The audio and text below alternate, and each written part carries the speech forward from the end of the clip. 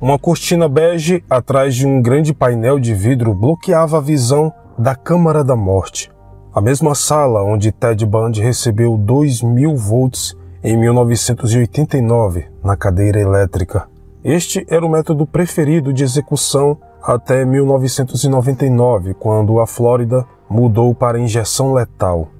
26 espectadores estavam amontoados em 3 filas de assentos dentro de uma galeria de testemunhas para vislumbrarem o fim de mais um monstro.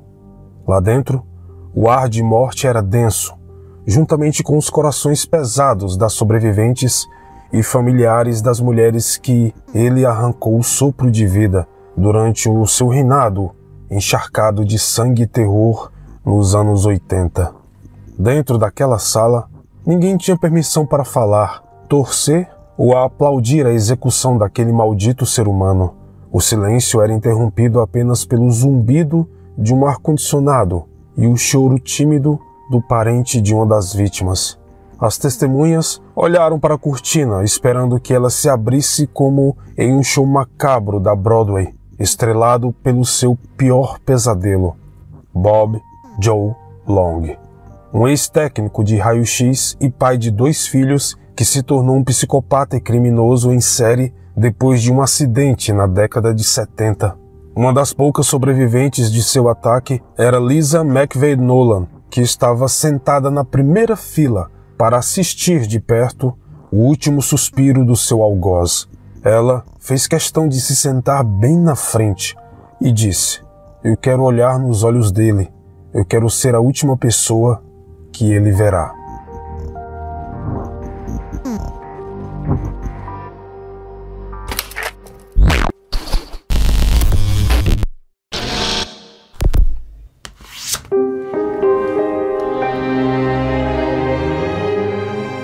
Bob Joe Long, de 14 anos, conheceu Cindy Brown, de 13 anos, quando ele se mudou para Tampa, Flórida, com sua mãe. Louetta tinha acabado de se divorciar de Joe, o pai de Bob, e, à procura de um recomeço, mudou-se com o filho para essa cidade ao sul do estado. Bob e Cindy começaram a namorar. Bem disposto e com um senso de humor apurado, ele fortalecia sua relação com a namorada, ao mesmo tempo em que os seus sentimentos pela sua mãe se degradavam. Louetta era uma mulher vistosa, enxuta e fazia uso do seu físico para manter relações com vários homens. Mas, mesmo após 3 casamentos falidos, ela ainda continuava a procurar o grande amor de sua vida, ainda que sempre se envolvesse em relações efêmeras. Bob não concordava com o comportamento da mãe, com o entra e sai de homens da casa e com os seus trabalhos em bares noturnos. Louetta era uma mulher que gostava de chamar a atenção masculina e se vestia a rigor para conseguir exatamente isso. O jovem Bob sempre fingia ser alguém divertido e de bem com a situação na frente dos muitos namorados de sua mãe.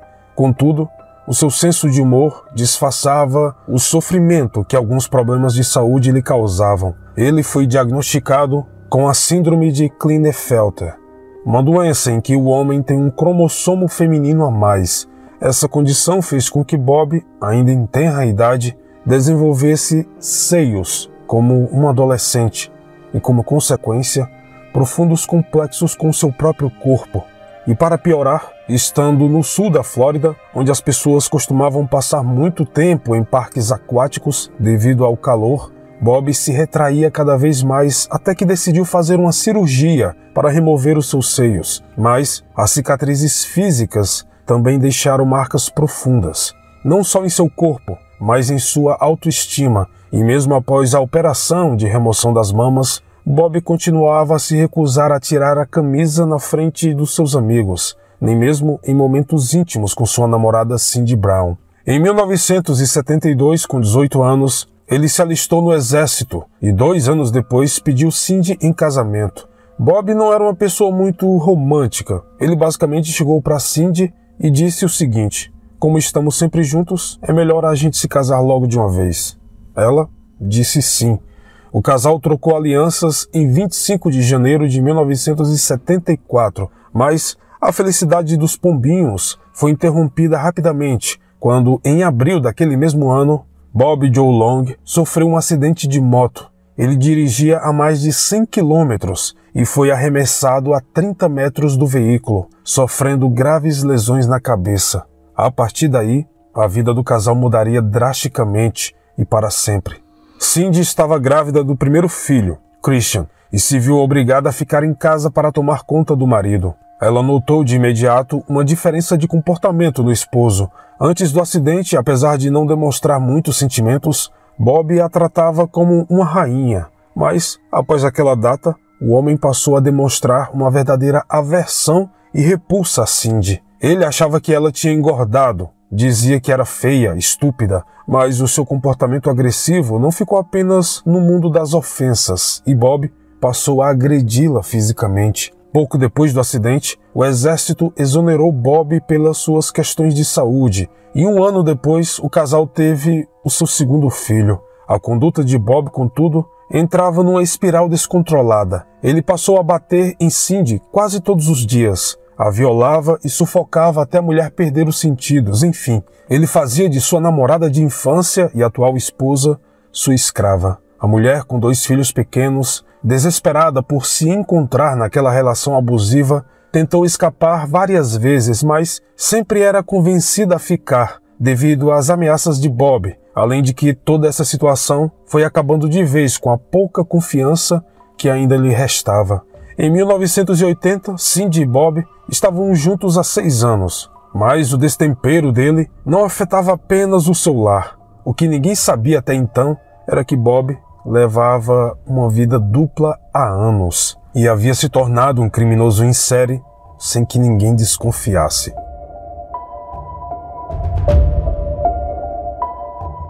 Quando ele via no jornal algum anúncio para a venda de mobílias de segunda mão, ligava para o vendedor com o intuito de agendar uma visita à residência. Se um homem atendesse o telefone, Bob desligava. Se fosse uma mulher, agendava a visita e ainda perguntava se ela tinha alguém para ajudar a carregar os móveis, com a intenção de saber o que lhe esperava. Quando visitava essas mulheres, Bob entrava na casa com o pretexto de ver as mobílias. Ele ia na sala de jantar, passava pelos quartos. Caso essas mulheres estivessem sozinhas, ele as atacava e violava. Se tivesse alguém na residência, o homem dizia que não tinha interesse na compra e abandonava o local. Era um plano simples e eficaz, que dificilmente o comprometeria. Obviamente que Cindy não tinha conhecimento desta faceta do marido. Ainda assim, conhecia o seu lado obscuro. E em junho de 1980, finalmente teve coragem de pedir o divórcio. Bob saiu de casa, mas manteve o contato com seus filhos. E segundo eles, apesar de estar separado de Cindy, Bob era um pai amoroso, sempre presente em suas vidas. Em março de 1984, cadáveres de jovens mulheres começaram a aparecer em Tampa. As mortes desenfreadas não seguiam um modus operandi. Toda mulher que cruzava o caminho de Bob era uma vítima em potencial, independente da idade, aparência ou estilo. A polícia se esforçou para resolver esses crimes, até que se deram conta que estavam lidando não com vários criminosos, mas com um único maníaco. Porém, esse tipo de crime era novidade para a Baía de Tampa e os investigadores não conseguiam chegar a um culpado. Os criminologistas da época destacaram que os crimes eram cometidos por um indivíduo metódico e organizado, e a sua captura se tornaria muito mais difícil. Era um predador, um criminoso perigoso, sádico que, após violar as pobres mulheres, tirava suas vidas de acordo com o seu apetite e oportunidade. Muitas vezes eram encontradas fibras nos locais dos crimes, pertencentes talvez a cordas ou algum tipo de tecido vermelho. A forma de finalizar o crime também era divergente de acordo com a situação. Às vezes, ele usava armas de fogo, facas ou mesmo as sufocava.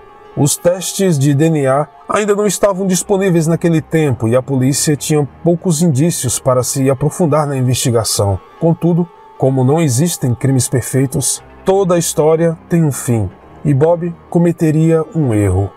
No dia 13 de maio de 1984, 2 meninos brincavam numa estrada rural quando descobriram um cadáver. A mulher estava de barriga para baixo, com as mãos atrás das costas, suas pernas abertas e tinha uma corda em volta do pescoço, colocada como uma espécie de coleira. Foram encontradas fibras de nylon de cor vermelha, mas os especialistas forenses não conseguiram identificar a origem do tecido. Também foram recolhidas algumas marcas de pneus, mas a tecnologia da época limitava as buscas. O corpo encontrado foi identificado como sendo Nguyen Chi Long, de 19 anos, uma dançarina de bares noturnos. Dias depois, os detetives do Departamento de Polícia de Tampa foram novamente chamados para outro local, pois outro corpo havia sido encontrado. Era Michelle Denise Sims, de 22 anos, uma prostituta. Ela foi encontrada do lado oeste da cidade, numa região pouco habitada. Tinha uma corda em volta do pescoço e a garganta havia sido cortada.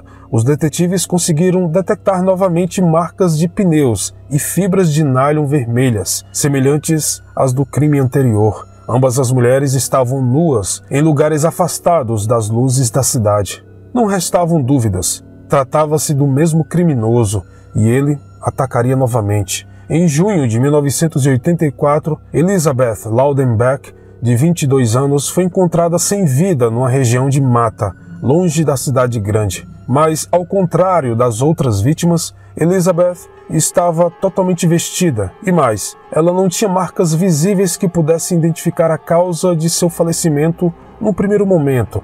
E os policiais ficaram em dúvida se ela teria sido vítima do mesmo criminoso que assombrava a região. Pouco tempo depois, Chanel Devon Williams foi encontrada sem vida em outubro do mesmo ano. Desta vez, também não existiam marcas de pneus e a mulher tinha sido morta a tiros. Isso era completamente fora do modus operandi do suposto criminoso em série que a polícia tinha começado a investigar meses antes. Quando as provas forenses dos crimes foram analisadas, as conclusões eram irrefutáveis. As fibras de nylon eram as mesmas nos 4 homicídios. Então, mesmo que os últimos casos tivessem sido mortes isoladas, com toda certeza, a Baía de Tampa tinha um maníaco à solta. Para a polícia, em todos os casos, era o mesmo homem que estava atacando, e ele estaria desenvolvendo suas capacidades de ataque, procurando a melhor forma de agir com cada vítima. Os policiais notaram um outro padrão. O criminoso sempre atacava com intervalo de 2 semanas, e quando o telefone da polícia tocava, eles sabiam que outro corpo havia sido encontrado, antes mesmo de atenderem a ligação. Em 15 de outubro, Karen Beth Disfren foi encontrada sem vida, e assim como a maioria das outras vítimas era uma prostituta. A polícia resolveu iniciar buscas em bares noturnos, mas em pouco tempo eles notaram que praticamente todos os clientes desses tipos de bares tinham cara de suspeito ou pareciam estar escondendo algo. Finalmente, na noite do dia 3 de novembro de 1984, Lisa, de 17 anos, seguia para casa após o seu turno numa loja de donuts. De repente, ela foi abordada por um homem que colocou uma arma em sua cabeça, obrigando-a a entrar num carro. O carro tinha os tapetes vermelhos e uma faca enorme estava no banco da frente. O homem colocou uma venda em seus olhos e amarrou suas mãos e pernas, e em seguida o carro saiu a toda velocidade. Mas Lisa decidiu que aquele não seria um bom dia para morrer e ficou atenta a tudo o que a rodeava. Cheiros, barulhos, comportamentos, vozes. Ela viajou por cerca de 25 minutos até que sentiu o carro parar. Lisa precisava fazer alguma coisa. Primeiramente, ela tentou permanecer calma e fez tudo o que seu raptor lhe mandou fazer. O criminoso não parecia nervoso. Ele passava um ar de serenidade, como se tivesse feito aquilo várias vezes. Ele a levou por algumas escadas e subiram no que provavelmente seria um apartamento. Lá, enquanto a obrigava a fazer coisas com ele, Lisa, ainda com as mãos amarradas e os olhos vendados, perguntou por qual razão ele estava fazendo aquilo, e o homem respondeu que era devido ao fim de uma relação com outra mulher. Lisa, então, se ofereceu para ser a sua namorada, para que ele a deixasse cuidar dele, sarar suas feridas. O homem continuou a violação por horas, e ao fim de tudo, talvez por empatia, decidiu deixá-la numa área residencial e foi embora. Lisa não tinha visto seu rosto, mas tinha tocado, conhecia sua fisionomia, o seu cheiro e a voz. Ela procurou imediatamente a polícia e os detetives notaram que, assim como as outras vítimas, Lisa tinha fibras de nylon vermelhas nas suas roupas. E finalmente uma luz se acendeu. O seu raptor com certeza era um maníaco que estava aterrorizando a região. A sobrevivente conseguiu dar uma breve descrição do apartamento onde tinha ficado reclusa por mais de 24 horas, da distância percorrida, do interior do carro e outros detalhes. Lisa disse que o carro tinha uma cor avermelhada ou alaranjada e a palavra Magnum estava escrita na traseira. Com tantas informações em mãos, não foi difícil para os detetives reunirem uma lista de eventuais suspeitos, e a polícia começou a abordar motoristas em diversos pontos da cidade. Bob Joe Long passava e os policiais o mandaram parar. O homem deu o seu álibi, depois foi fotografado para investigação e liberado em seguida. Chegando ao departamento, ao ver a foto, Lisa não hesitou. Entre uma dúzia de outras fotografias, ela apontou sem vacilos para a foto de Bob. "Este é o homem", disse a mulher. Agora, com o criminoso na mira, os investigadores sabiam que não podiam perder tempo. Ele precisava ser detido antes que atacasse novamente. Após ser levado para interrogatório, Bob Joe Long confessou ter cometido todos os crimes e ainda disse que pôs um fim às vidas de Artis Wick em março de 1984, Vic Elliott em setembro, Virginia Johnson e Kim Swan em novembro do mesmo ano. Para além destes crimes de morte, ele também confessou a autoria de centenas de violações e afirmou que seus crimes já duravam mais de 10 anos.